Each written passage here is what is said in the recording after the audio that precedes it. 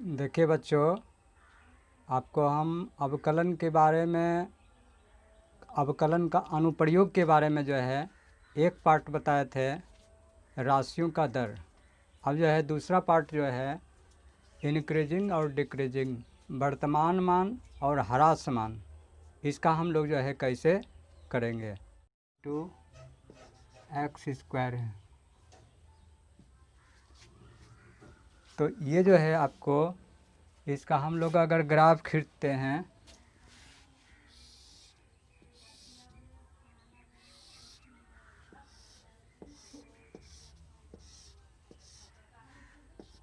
X Y, x का मान अगर 1 रखते हैं तो वाई का मान 1, 2 रखते हैं तो 4, 3 रखते हैं तो 9, -1 रखेंगे तो ये हो गया आपको 1, -2 4, -3 तो 9।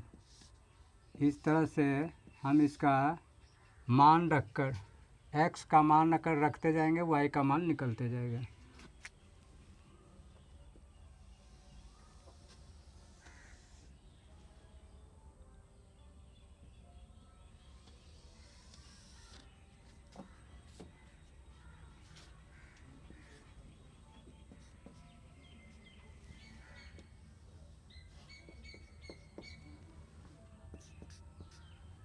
ये हो गया 1 2 3 4,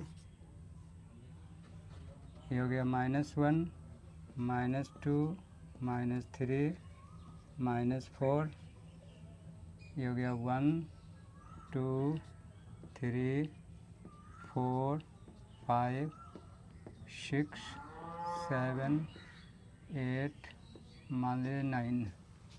इधर जो हो गया आपको -1 -2 -3 -4, इस तरह से। अब यहाँ पर जो है x बराबर 1 है,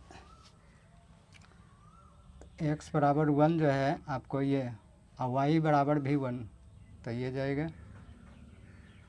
x बराबर 2 तो y = 4, इसके जस्ट ऊपर सामने यहाँ आइए। उसके बाद जो है 3 तो 9 हो जाएगा यहाँ। उसके बाद जो है x का मान एक और निकाल देते हैं, 0 भी दे देते हैं।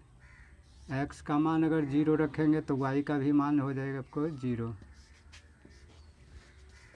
उसके बाद 0 तो 0 यानी कि यहीं पर हो जाएगा। -1 तो -1 जो है आपको तो 1, ये यहाँ आएगा। ये आपको 2 तो -4 यहाँ आएगा। -3 तो 9, फिर यहाँ आ जाएगा। अब यहाँ पर जो है हम लोग इसको अगर मिला देते हैं तो ये हो गया आपको, मुक्त हस्त से मिलाइए या स्केल से भी मिला सकते हैं।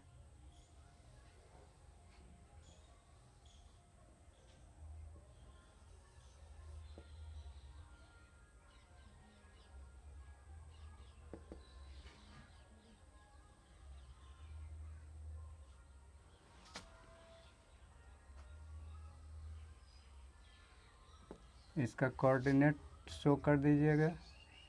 ये हो गया आपको 3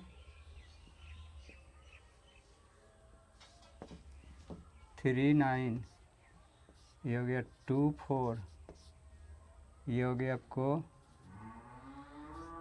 1 1, ये जो हो गया आपको -1 1, -2 4, और ये जो हो गया आपको -3 9। तो यहाँ हम देखते हैं कि यहाँ से जो है ये मान जो है ये आपको दाहिने तरफ से जो है ये बढ़ रहा है। और यही जो है यहाँ पर जो है x का मान अगर ऋणात्मक लेते हैं तो ये मान घटा, लेकिन यहाँ पर स्क्वायर होने के कारण ये जो है मान ये बढ़ रहा है, यानी कि इंक्रीजिंग हो रहा है ना। तो इस तरह से जो है कोई भी फंक्शन का अगर मान रहेगा तो हम लोग जो है इसका, चूँकि ये जो है आपको फलन जो दिया हुआ है द्विघातीय है, इसलिए द्विघातीय जो रहता है तो ये हमेशा आपको वक्र का जो है आलेख आपको प्रस्तुत करेगा। तो यहाँ पर ये वक्र का मतलब होता है ये टेढ़ा मेढ़ा, ये आपको। अब यहाँ पर जो है ये प्रश्न उठता है कि आखिर ये इंक्रीजिंग और डिक्रीजिंग ऑर्डर क्या होता है ना। तो उसके बारे में हम परिभाषा आपको लिखा देते हैं।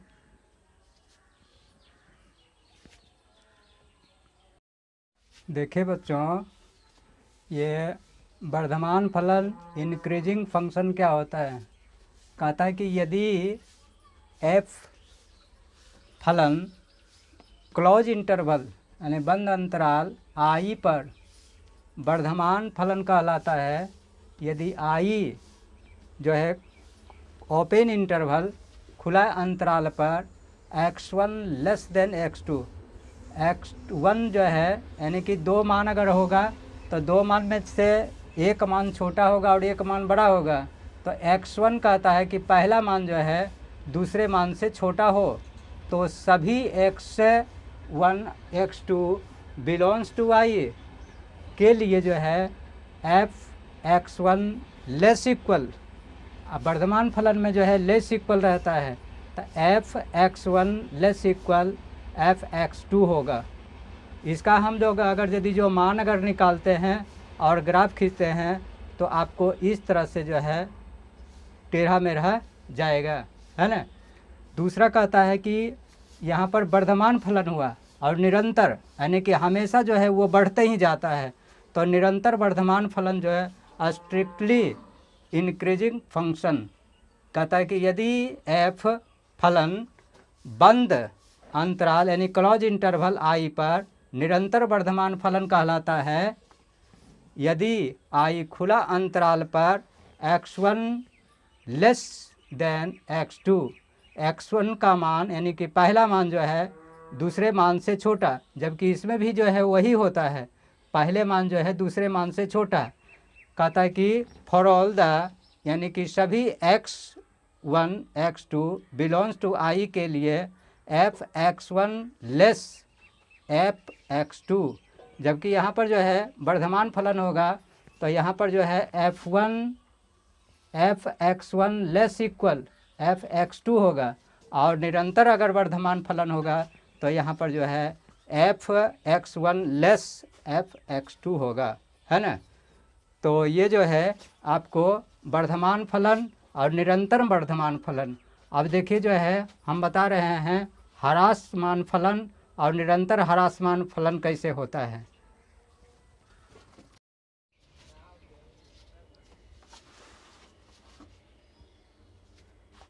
देखिए बच्चों, आपको इसके पहले जो है ये वर्धमान फलन और निरंतर वर्धमान फलन के बारे में बतलाया। अब यहाँ पर जो है ह्रासमान फलन डिक्रीजिंग ऑर्डर डिक्रीजिंग फंक्शन क्या होता है।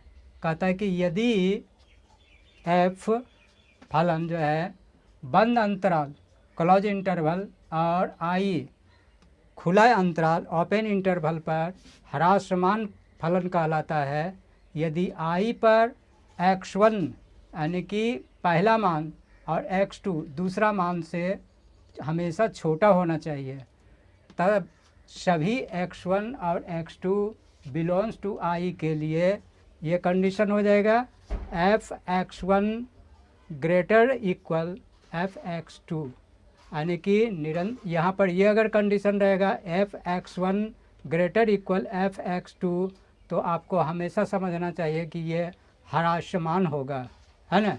इसका हम लोग आगे आलेख अगर खींचते हैं तो ये जो है आलेख जो है का मान जो है हमेशा ये क्या होता है घटता जाता है ना। ये जब भी आउट जाएगा तो ये नीचे चला जाएगा, इसलिए ये ह्रासमान हुआ। उसके बाद निरंतर ह्रासमान क्या होता है, स्ट्रिक्टली डिक्रीजिंग फंक्शन। कहता है कि यदि f बंद अंतराल और i खुला अंतराल पर निरंतर ह्रासमान फलन कहलाता है। यदि i पर x1 less equal i less x2, तब सभी मानों के लिए f(x1) ग्रेटर देन f(x2) होगा। यानी कि यहाँ पर ये कंडीशन अगर रहेगा f(x1) ग्रेटर देन f(x2), तो आपको समझना चाहिए कि ये निरंतर ह्रासमान फलन होगा। बंद कीजिए।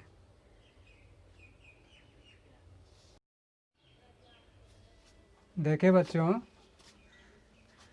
कहता है कि अगला जो है पॉइंट कि किसी बिंदु x0 के जगह पर जो है 2, 3, 5 कुछ भी हो सकता है।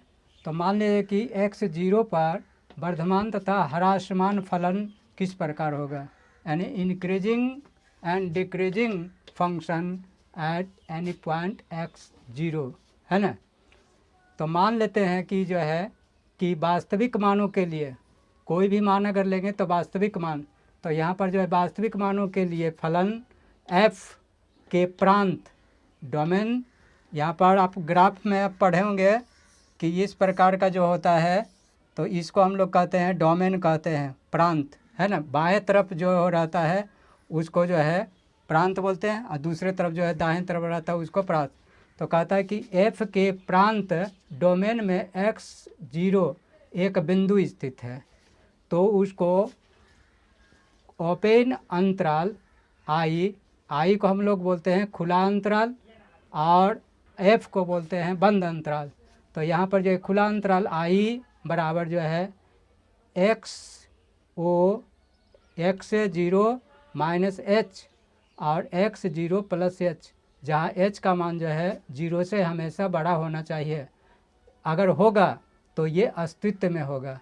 जैसे कि यहाँ पर जो है ग्राफ में दिखाया गया है कि यहाँ पर जो है एक बिंदु जो है इस लाइन पर जो है हम x0 अगर ले लिए, है ना। तो अगर यहाँ पर हम जानते हैं कि अगर यदि इसको बाएं तरफ अगर जाएंगे तो ये दूरी ऋणात्मक होगा, इसलिए इस बिंदु से h जो है जितना दूरी अगर ये होगा वो घट जाएगा, है ना, जो बिंदु अगर रहेगा। और यहाँ पर दाहिने तरफ जाएंगे तो ये प्लस होगा, है ना। तो इस प्रकार से यहाँ पर ये h बराबर क्या हो जाएगा, h का मान जो हमेशा 0 से बड़ा होगा। अगर ये इतना होता है तो यहाँ पर ये 4 कंडीशन ये लागू होगा।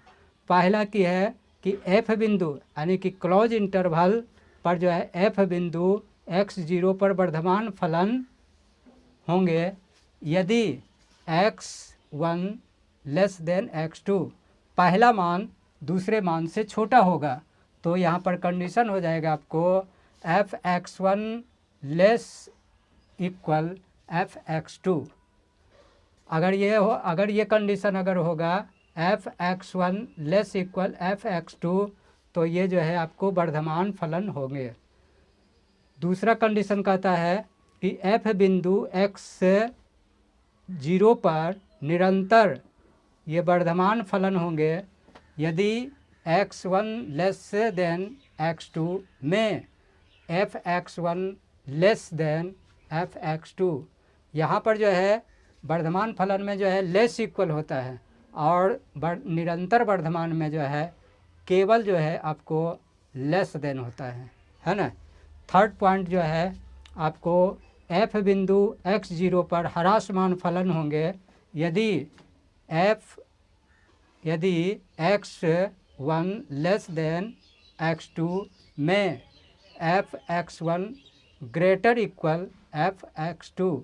तो यहाँ पर जो है ये अगर यदि जो ग्रेटर f(x1) का मान जो है f(x2) से बड़ा होगा या बराबर अगर होगा तो ये जो है ह्रासमान फलन होगा।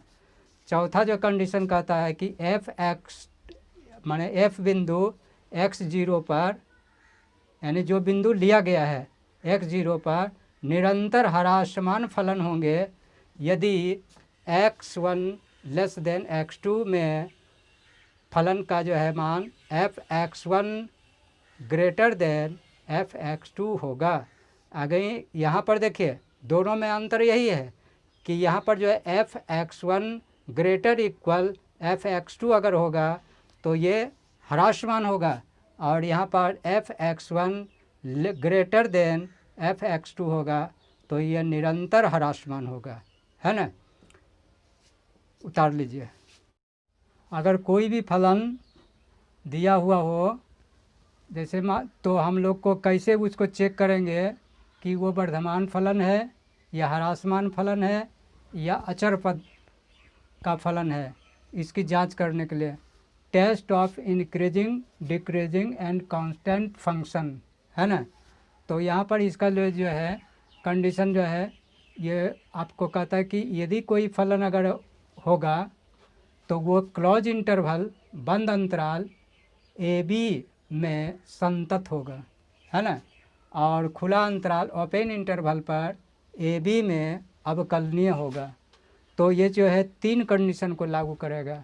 यदि फलन जो है f close interval a b पर निरंतर वर्धमान अगर होता है तो, और खुला अंतराल ओपन इंटरवल ए बी में होगा तो इसका अगर यदि जो फलन दिया हुआ रहेगा उसको डिफ्रेंशिएशन करने के बाद उसका मान 0 से बड़ा अगर होगा तो यह होगा आपको निरंतर वर्धमान फलन। दूसरा कहता है कि यदि एफ क्लोज इंटरवल बंद अंतराल ए बी पर निरंतर ह्रासमान होता है और ये खुला अंतराल ए बी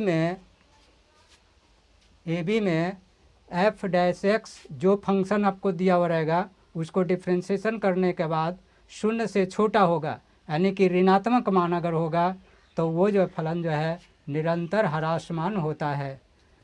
तीसरा जो है अगर जो फलन दिया हुआ रहेगा उसको क्लोज इंटरवल ए बी पर अचर होता है।